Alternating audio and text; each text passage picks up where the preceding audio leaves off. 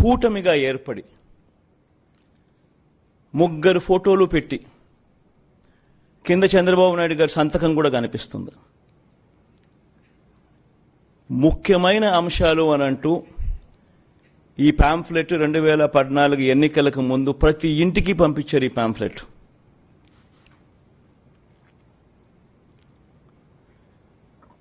ప్రతి ఇంటికి పంపించిన ఈ పాంఫ్లెట్ను చూసి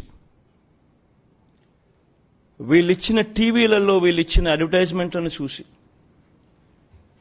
అప్పట్లో ఈనాడులో చూస్తే, ఆంధ్రజ్యోతిలో చూసిన, ఏబిఎన్లో చూసిన, TV5లో చూసిన అడ్వర్టైజ్మెంట్లు కూడా ఊదరగొట్టేవాళ్ళు.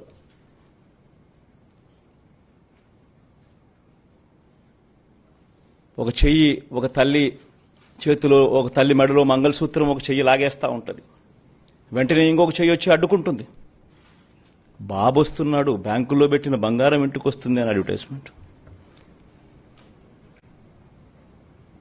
ముఖ్యమైన హామీలు అని అంటూ ఏకంగా చంద్రబాబు నాయుడు గారు సంతకం పెట్టి ఇదే ముగ్గురు ఫోటోలు ముద్రించి ఇదే కూటమిగా 2014లో ముఖ్యమైన హామీలు అని అంటూ వీళ్ళు చెప్పిన మాటలు, వీళ్ళు చెప్పిన హామీలు ఏ మాదిరిగా ప్రజలు నమ్మి వీళ్ళకు ఓటు వేసినందుకు వాళ్ళ బ్రతుకులు ఏ రకంగా అతలాకుతలమైనాయి అన్నది కూడా ప్రతి ఒక్కరూ నాగరిక ప్రపంచంలో గమనించాల్సిన అంశం.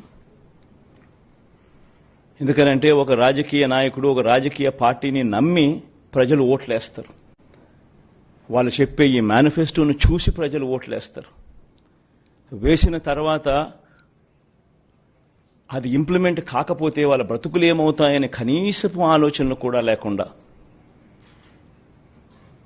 రాజకీయాలు చేయడం మొదలు పెడితే బ్రతుకులు ఎలా ఉంటాయి?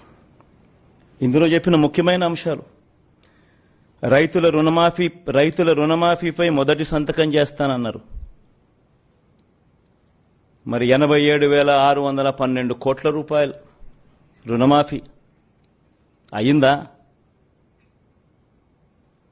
ప్రతి సిద్ధం సభలోనూ ఈ ప్రశ్నలు నేను వేస్తా వస్తున్నా. పొదుపు సంఘాల రుణాలు పూర్తిగా రద్దు చేస్తామన్నారు. 14,205 కోట్ల రూపాయలు